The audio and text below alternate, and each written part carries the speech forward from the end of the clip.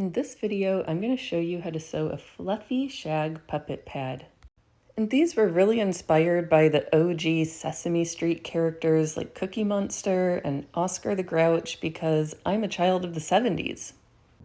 Let's get started. First, we'll be tracing the whites of the puppet eyeballs, and for this, you're going to need some white fleece. You want it to be fuzzy on both sides rather than hard face fleece, and you want it to be thick but have a short nap. For smaller pads, I use a US dime paired with a size 20 cam snap, which is the regular size, and for larger pads, I use a nickel with the size 22 cam snap. I use a Sharpie because it can be hard to get a mark onto this fuzzy fabric. And then you're going to cut out the circles just inside of the black line, and you can snip off any little extra pieces of black fuzz after you're done. You can also place it with the marking side down on the pad so that nothing shows on the top. And you'll need 2 of these for each pad. Okay, next we're going to trace the pad topper. This is a synthetic shag and the nap is about 1 inch. I wouldn't go any longer than that. I found this one at Otobre Design on Etsy. I don't think they're selling any at the moment, but you can do online searches for synthetic shag or else faux fur to find these types of fabrics. And you just want to trace around the pattern piece. If you want to get this pattern, you can find it in my Etsy shop, and I'll put the link below. Remember to mark the eye spots. And then cut out your topper, leaving at least a 1/2 inch of seam allowance, because for this pattern, you're going to be stitching directly onto the pattern line. Now we need to put the eyeballs on before we sew the pad together. And I like to use female snaps for the back because they don't stick out as much. Then take one of your fleece rounds and poke the snap right through the middle of it. And this is going to go on the fuzzy side of the fabric. It can be a little bit tricky to find the right spot. So how I do this is I put one finger on the dot that I have marked on the back, and then I feel for that finger as I'm poking the snap through the top. And this way I can usually get it pretty close and I can just adjust it if I need to. And then put the other eye on in the same way. You can already see the little character coming to life. So cute. Now we're going to lay the pad topper onto the backing, and for this pad I'm using WinPro fleece, but you could also use another water-resistant backing such as PUL lined cotton Sherpa. Make sure that right sides are facing one another. And for puppet pads, I don't use any lining because the top fabrics are so thick already just on their own. Then trim off the extra fabric, maintaining your seam allowance, and pin the layers together.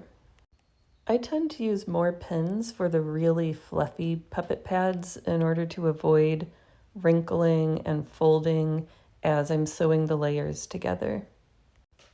Okay, so now we're going to sew it all together, and for this step I use the straight stitch, and I like to set it a little bit longer than normal in order to accommodate all of the thickness of these layers. Make sure to remember where your opening is, and I always do a little bit of back stitching at the opening and closing just to keep everything secure. And you're just going to stitch directly on the line, and you want to be careful at this step to really stitch right on the line because this is what is going to create the shape of your pad. Now it's time to trim the pad, and we're going to start by cutting into the corners, making sure that you stop about 1/5 of an inch away from the stitching line. And then you're going to trim about 1/4 of an inch all the way around the edge with pinking shears.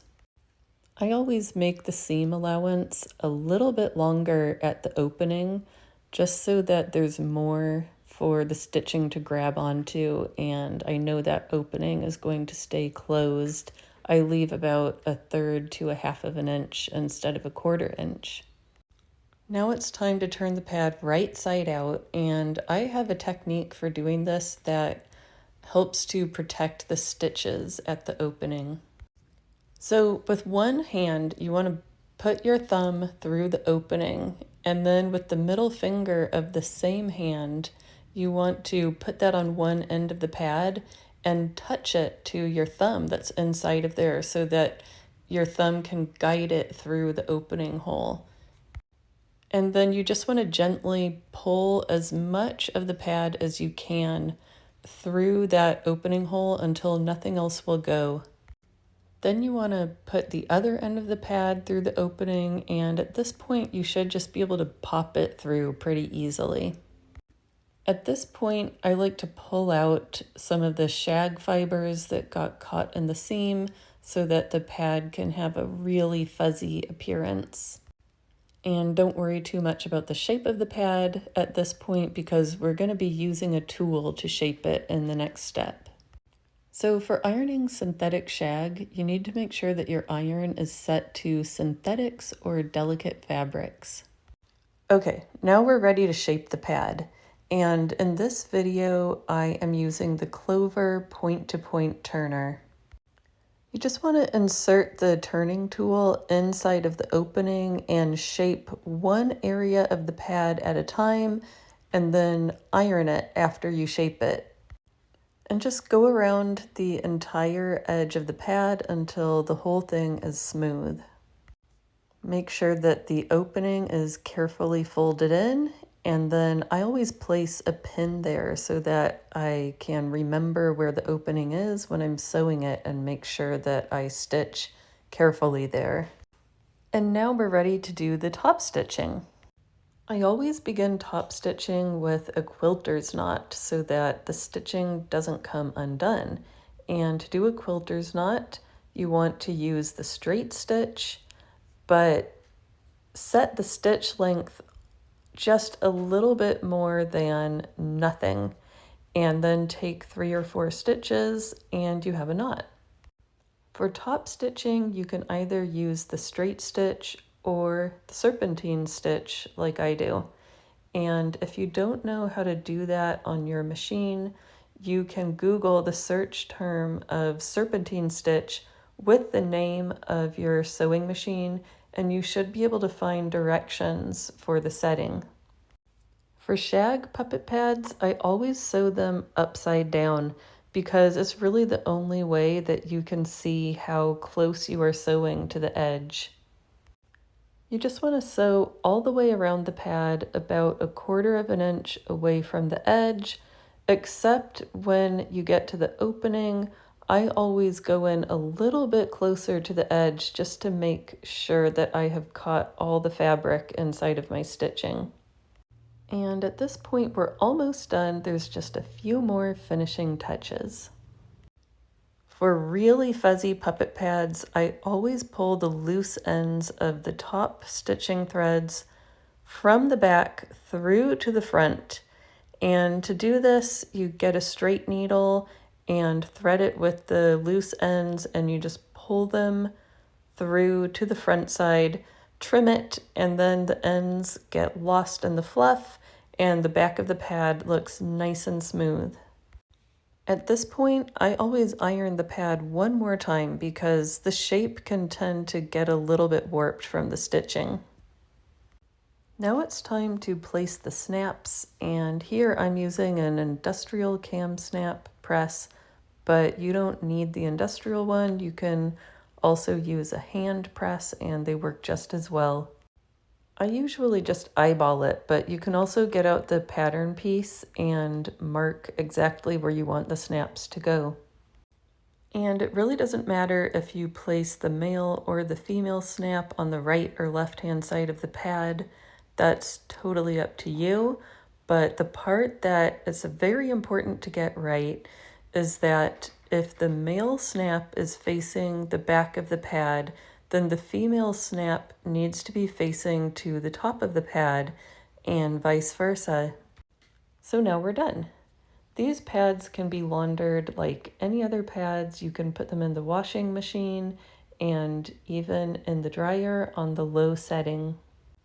And I just want to show you one more tip for these Shag puppet pads. You can use a lint roller to fluff them up when their super fuzz gets flat.